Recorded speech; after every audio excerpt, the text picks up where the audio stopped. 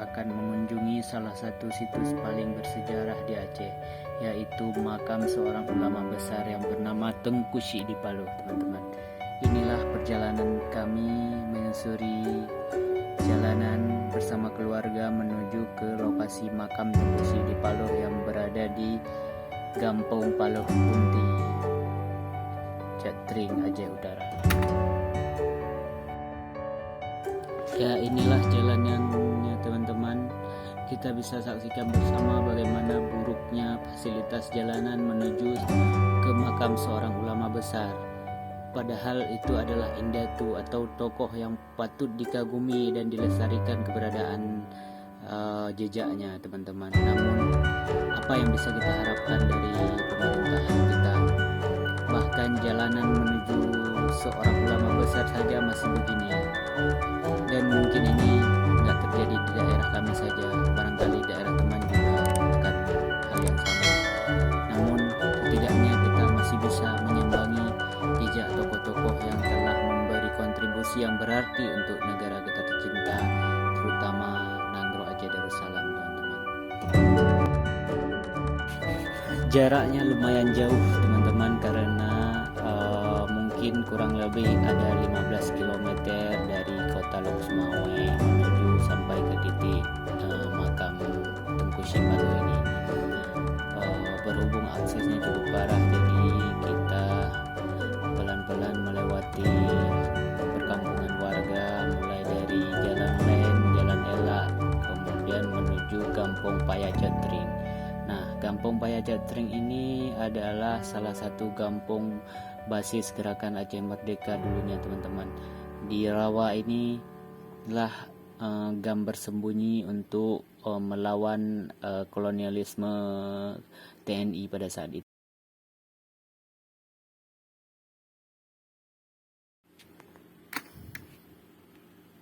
Wah, jalanannya cukup parah ini, teman-teman. Lumpur di mana-mana bisa kita saksikan di sepanjang jalan menuju ke makam.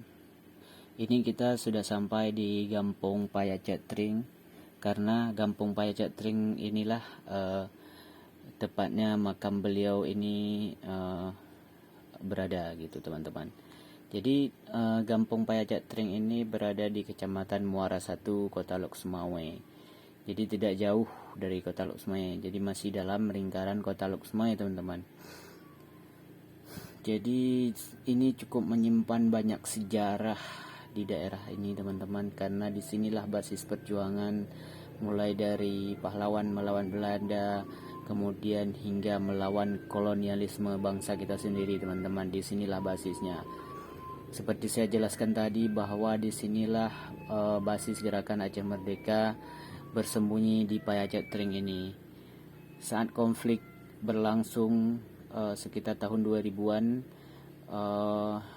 wilayah ini diserbu oleh Tentara Nasional Indonesia, baik darat maupun udara. Di sini dikerahkan pasukan sebesar-besarnya oleh Presiden Megawati pada saat itu.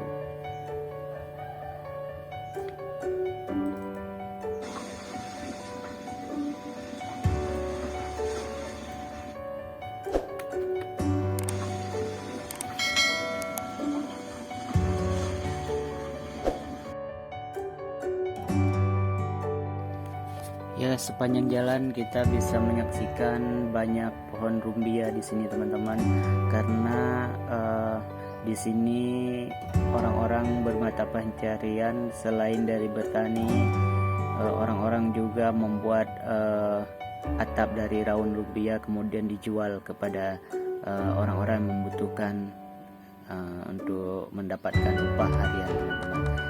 Mungkin cukup menyedihkan, teman-teman.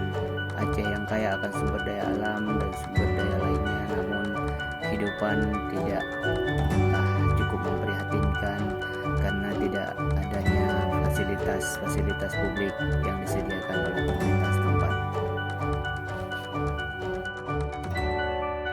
Meski kawasan ini dikelilingi hutan dan rawa, tetap saja banyak masyarakat yang berziarah karena sudah kewajiban pemerintah Kota Lok Sumawe melestarikan kawasan ini yang merupakan sebuah sejarah penting yang perlu diketahui bagi generasi bangsa selanjutnya.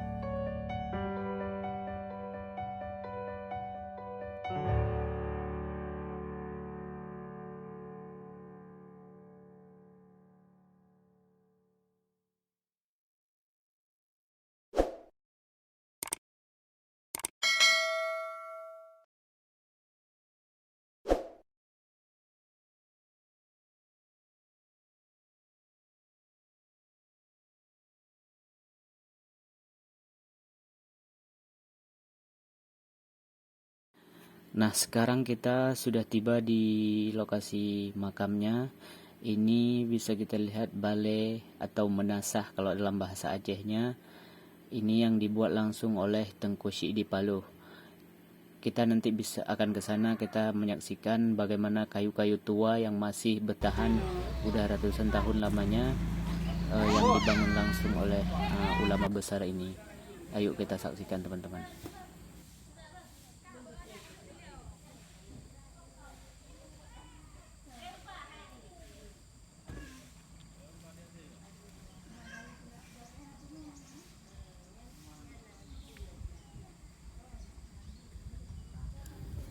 Tengku Syekh Dipaloh ini adalah seorang ulama yang berasal dari Yaman. Beliau ini hidup pada abad ke-13 Hijriah yang bernama asli Tengku Abdus Salam. Beliau ditugaskan untuk menyebarkan misi Islam di daerah Paluh Dayah, Kecamatan Muarad 1, Kota Luk Semawe.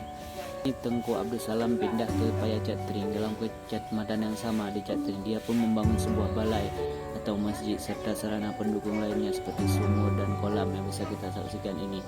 Bukti sejarah mendapat bahwa ulama ini meninggal dunia pada tanggal 5 Desember 1397. Peninggalannya masih bisa ditemukan di kawasan Catring, di antaranya sebuah masjid yang fondasi utamanya dari sebatang pohon panjang.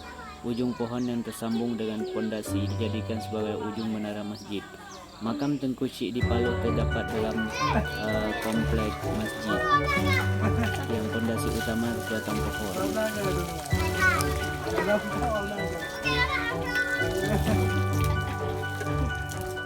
Selain itu, ada pula sebuah batu nisan besar yang dikisahkan dibawakan oleh muridnya, Po Genirin, yang memiliki badan besar. Namun, batu ukuran itu tidak menjadi nisan utama ulama beliau tersebut, karena sudah ada batu bulat yang duluan dijadikan batu nisan. Maka batu nisan yang dibawa Po Genirin diletakkan di dekat kolam. Masjid ini sempat dipugar Badan Reintegrasi dan Rekonstruksi BRR Aceh Nias setelah tsunami menerjang Aceh dan Nias.